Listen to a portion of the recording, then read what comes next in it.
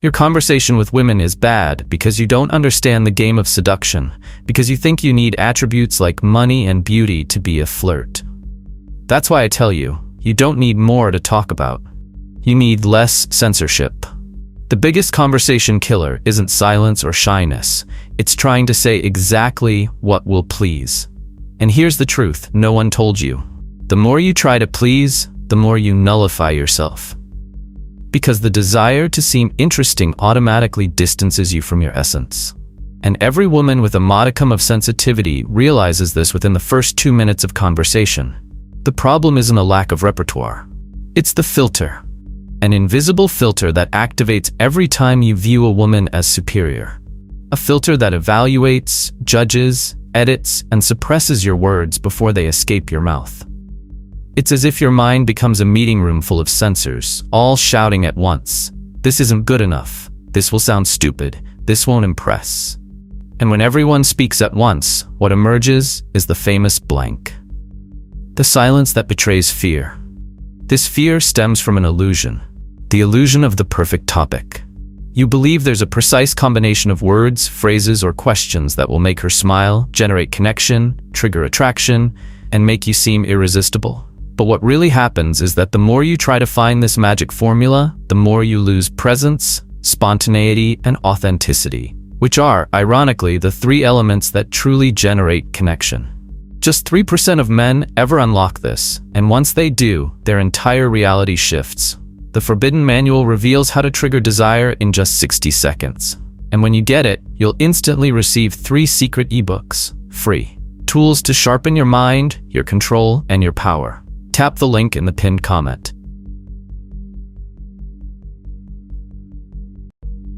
The irony is cruel. You want to win her over. And by trying so hard, you disconnect from the only state that could truly win you over. And you know what makes all this worse? Comparison. The compulsive habit of comparing yourself to other guys who are cooler, funnier, quicker with their words. You start to think it's your quieter, more introspective, more reflective self that's holding you back. But it's not. What's holding you back is not honoring your own rhythm. It's trying to be something you're not, because you believe there's only one way to generate attraction, by being high performance, extroverted, agile. That's a lie. The man who attracts the most is the one who tries the least. The one who connects the most is the one who performs the least. The one who is remembered the most is the one who allows himself the most. And this is the secret you need to grasp firmly. It's not about impressing, it's about making an impression. Your brand, your truth, your presence. But why is this so difficult? Because we've been educated, consciously or unconsciously, to serve, please, and prove our worth. This happens at school, when we're rewarded for repeating correct answers. It happens in the family, when we receive affection only when we behave well. It happens at work, when we're valued for results, not for presence. And of course, it happens in relationships, where many men believe they need to win a woman the same way they would win a prize, by fulfilling requirements, eliminating mistakes, achieving goals. This logic turns us into social machines, men trying to appear interesting instead of simply being whole. And here's the critical point. While you're searching for the right topic to please, you're suppressing the topics that reveal who you really are. And it's precisely these, the topics that reveal your worldview, your memories, your stories, your anxieties, your passions, that make a woman stop and think, this guy is different. The male mind, when driven by the desire to conquer, enters a state of performative anxiety. And this state is easily detectable. The tone of voice changes, the gaze loses firmness, the smile becomes a mask, pauses turn into uncomfortable silences, and the content, even when well articulated, sounds artificial. Because it is artificial. You're trying to get it right. And the woman, even unconsciously, senses this, and if she feels you're conforming to what she expects, she loses interest. Because what truly attracts isn't perfection. It's the solidity of someone who doesn't compromise who they are. Remember that guy everyone calls nice, but who never gets with anyone. The one who always makes light conversation, who never misses a beat, who listens more than he talks, and who is constantly friend-zoned. That's right. This guy is a victim of the illusion of the perfect subject. He's constantly walking on eggshells. And women perceive this as weakness, as insecurity, as a lack of masculinity. Now, let's reverse the scenario. Think of that guy who comes up with a completely random comment, who doesn't mince words, who isn't afraid to sound stupid, who laughs out loud, who provokes, who talks about soccer, politics, or the latest book he read without fear of being judged. This guy, even when he makes mistakes, and he does, continues to be perceived as charismatic, because he's real. He doesn't filter himself until he becomes a pasteurized version of the ideal man. He's whole, and that's rare. The modern woman, especially the high-value one, is tired of men who orbit around her trying to find the perfect script. She wants someone who brings energy, who brings vision, who brings life.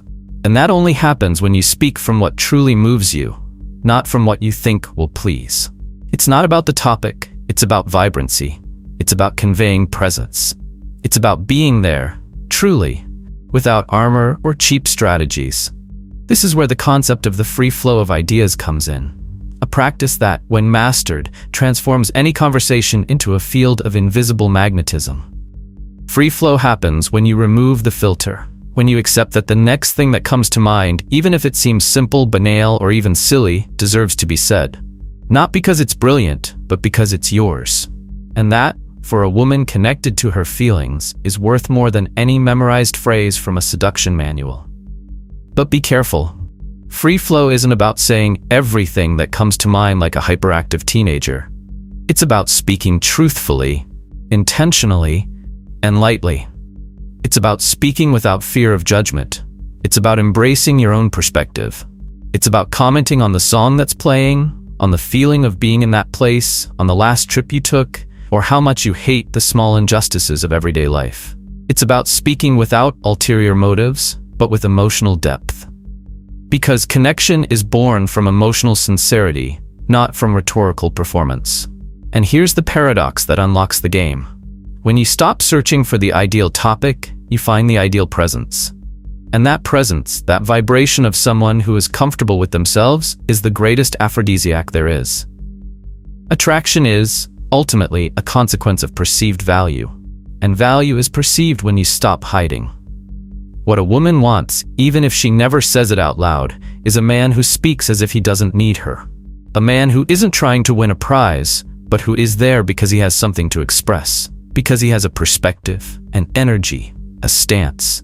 This is masculinity at its most subtle and powerful level. This is the opposite of dependence. This is detachment, and detachment, as we will see, is the root of masculine power. You may be wondering, but if I stop trying to impress, what will I say then? The answer is simple, but it requires courage. Speak what is true, what is present within you, what provokes you, bothers you, excites you, or makes you curious. Speak from within. It's not about being bold or exaggerated, it's about being whole, about taking your space, about trusting that your vision is enough, that your story matters, that your existence as it is now already has something to offer. This is the first step to becoming someone who never gets stuck in conversation again. Because finally, you're free to be who you are. I'm going to teach you a powerful trick now. Emotional mirroring. How to make her feel like she's in front of a rare man. When a man stops trying to find the perfect topic and starts speaking from his own truth, something changes in the invisible realm of conversation. The woman feels it. It's not something she can clearly explain, but it's noticeable. The energy becomes different, denser, more engaging, more magnetic. And it's in this new state, where you've freed yourself from the need to please, that the realm where true connection happens opens up. The realm of emotions. And it's here that you'll understand why talking isn't enough. You have to make her feel. The average man talks to a woman to fill time, break the ice, or show he has something to say. The rare man talks to access emotion. He knows that if there's no feeling, there's no memory. And if there's no memory, there's no real connection. A woman can laugh, respond, engage, but if there's no emotional impact, you'll be forgotten. It's that simple. And what creates this emotional impact? The feeling of being in front of someone who awakens something within her. Someone who seems to be a reflection, not just of her tastes or opinions, but of who she is at her core. This is where emotional mirroring comes in. A powerful concept, often misunderstood. Mirroring isn't about repeating body language or feigning interest in the same hobbies. That's cheap theater. And women notice. Mirroring, in the context we're discussing, is about generating an experience of internal resonance. It's about creating the wow, it seems like you really understand me effect. When that happens, the game changes completely. The woman feels she's found someone who not only listens, but sees. Someone who not only speaks, but reveals. How do you do this? First, by observing with total presence. Most men talk, waiting for their turn to speak. They listen with their ears, but not with their eyes, with their breathing, with their entire body. The man who mirrors observes her tone of voice when she talks about something she loves. He notices the change in posture, the sparkle in her eyes, the rhythm of her speech. And when he identifies a point of enthusiasm, a memory, a passion, a value, he digs deeper. He asks open-ended questions. He evokes the past. He invites her to relive that emotion right there in front of him.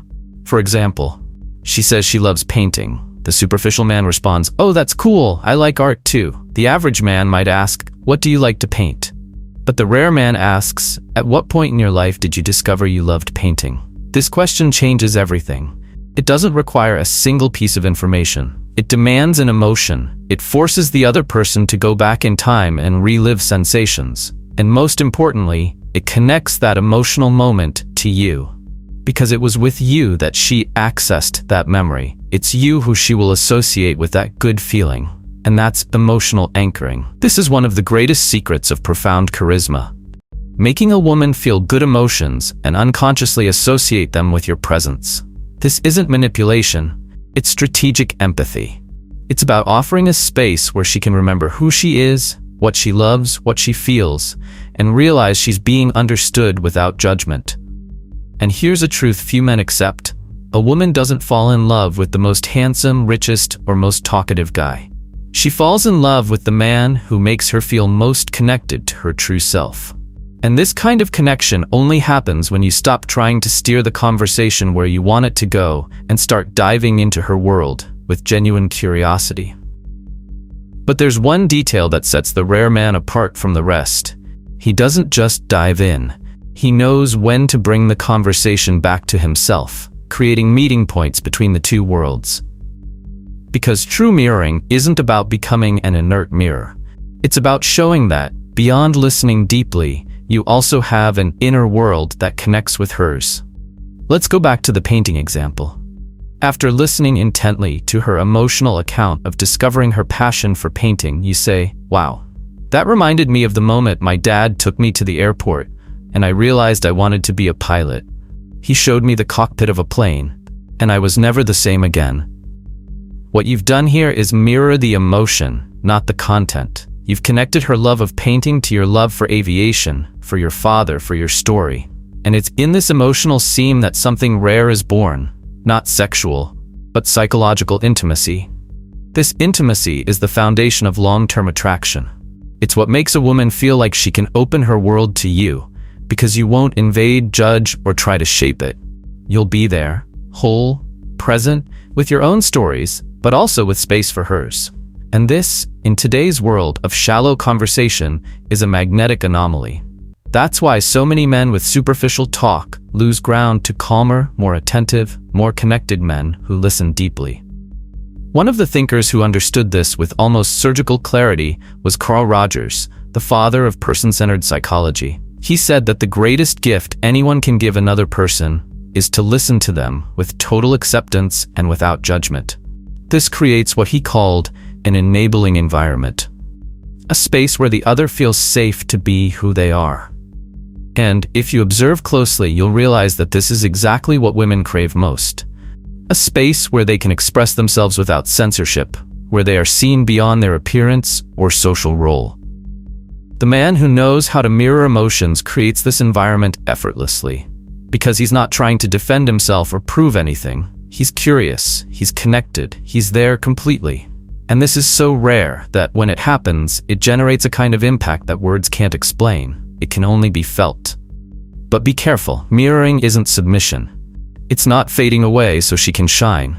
It's knowing when to dive in and when to emerge.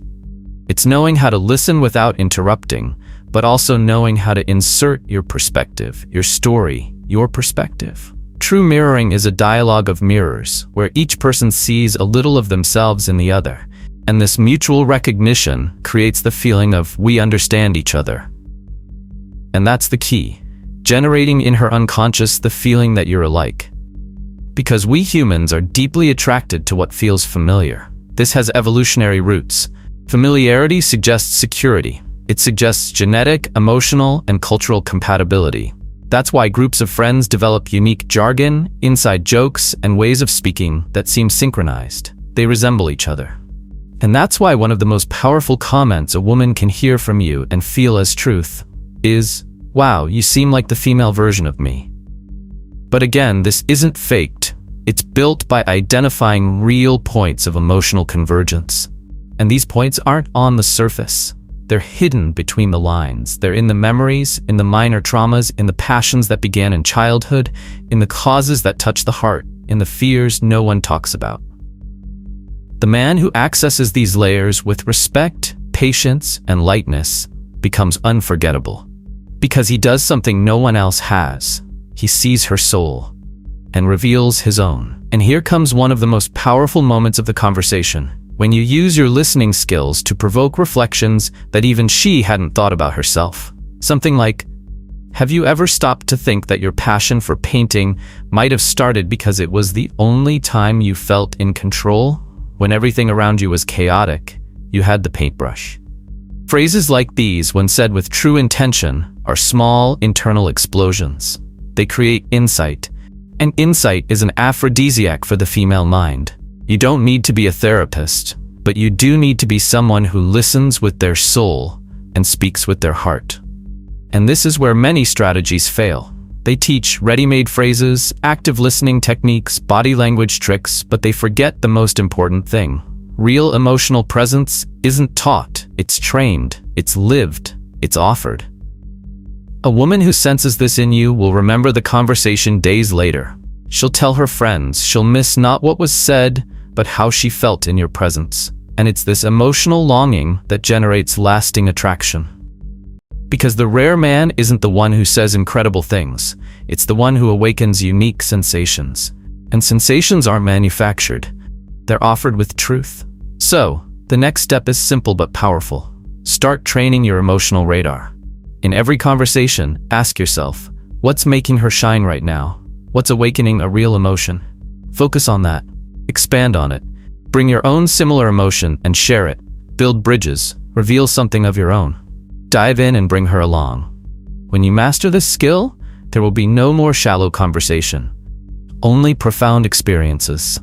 And now, one of the pieces of knowledge I've developed most in my years studying seduction and the psychology of female attraction. The tree technique. How to never run out of something to see with any woman. There's a fatal error that keeps intelligent men from engaging conversations, believing the problem is lack of topics. This is an illusion. The real problem was never the lack of topics, but the inability to transform any stimulus into an emotionally nourishing conversation. And this is precisely where the tree technique comes in. A mental tool that, when mastered, transforms any ordinary man into an unpredictably interesting conversationalist. Imagine this, a simple object on the table, a coffee cup for example, is not just a cup, it's a seed.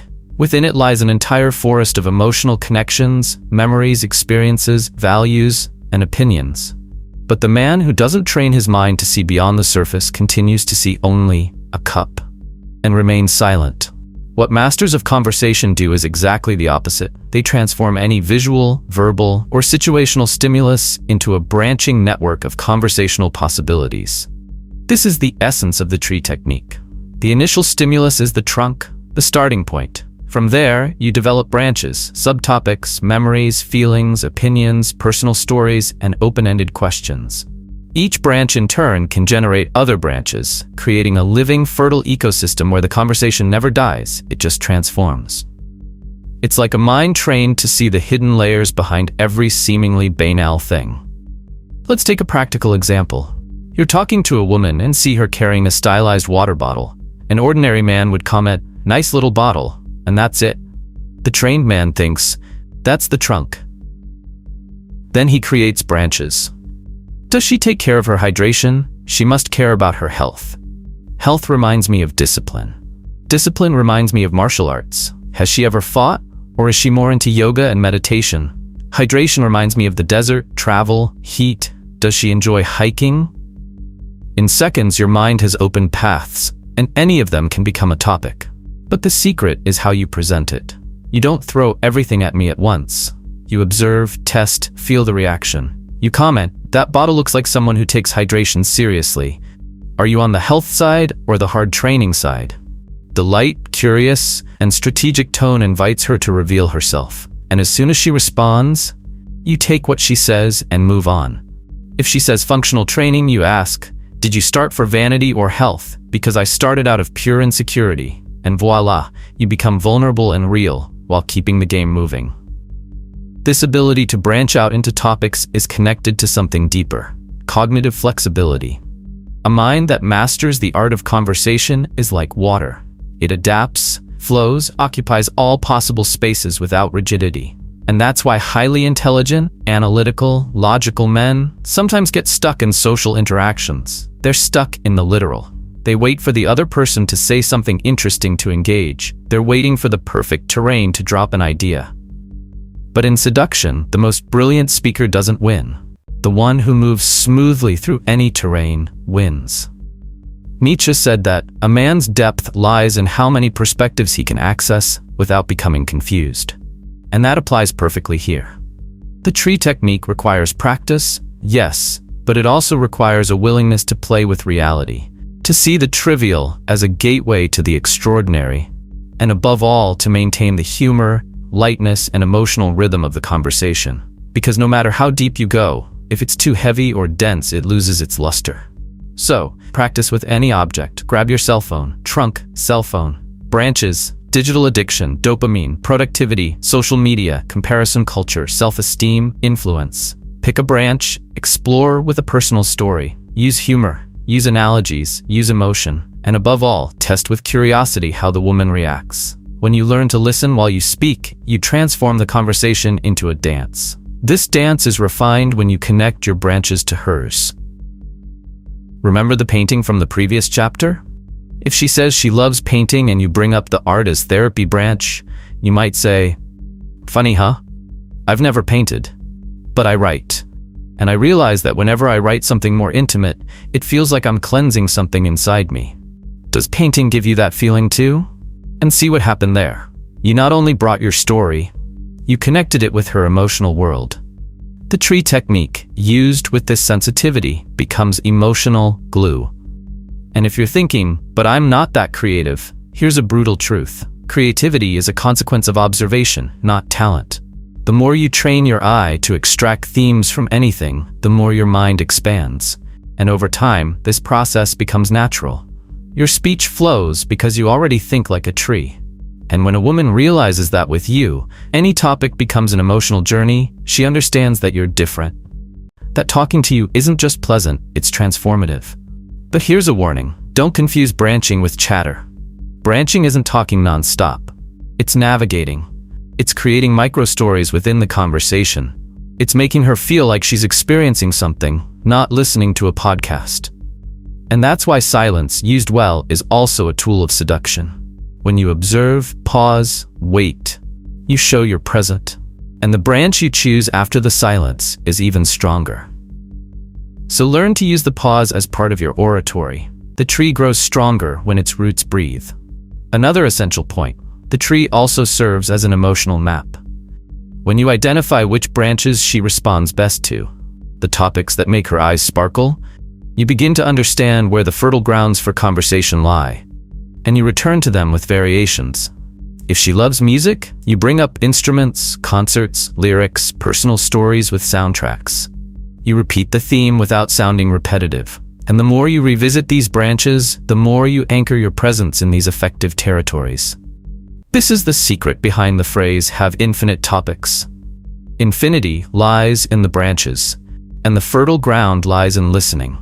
A woman gives off all the signs of what she likes to talk about, but you need to be attentive. You need to cold read. You need to map the peaks of energy, the topics that generate more sentences, more laughter, more sparkle. And you need to be brave enough to step away from the dry branches. Switch topics lightly. Abandon what doesn't flourish. Because the conversation isn't about showing off what you know, it's about creating a garden where she wants to keep coming back. And if you understand all this, perhaps you've already grasped the hidden metaphor. You are the tree. It's your repertoire, your history, your sensitivity that creates the emotional shadow where it wants to rest. But it's not a rigid, inflexible tree. It's a living tree, growing, bending with the wind, adapting to the terrain, spreading its branches to embrace its world. This tree, when well cultivated, doesn't need miraculous techniques, because it is, in itself, magnetic. And here we end this cycle. The tree technique isn't a trick to never get stuck. It's a way to reconnect your mind with your natural curiosity, your lightness, your freedom to explore. And when this becomes part of who you are, every conversation becomes a journey. And every woman feels she's faced with something that barely exists anymore. A man who knows how to make words. A bridge to emotion.